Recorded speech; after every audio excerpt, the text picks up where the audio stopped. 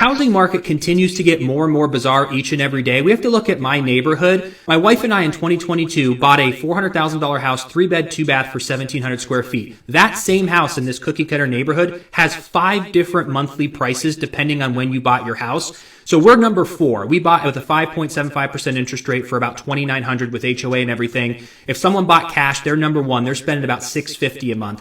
If someone bought in early 2021 when they first started building at a 3% interest rate, their payment's $1,700. Someone also is renting in our neighborhood the exact same house for $2,300. Then there's us for $2,900. Then someone who bought last year is spending $3,600.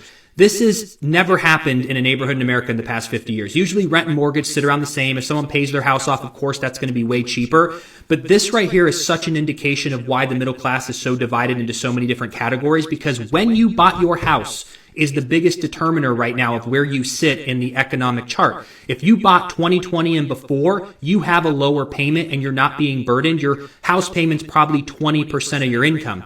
People who are renting today or buying today are traditionally spending about 30 to 50% of their income. The housing has now surpassed their biggest expense when it used to be tax for the longest time. Housing has now jumped to number 1, where people are spending 30 to 40% of their income on housing alone.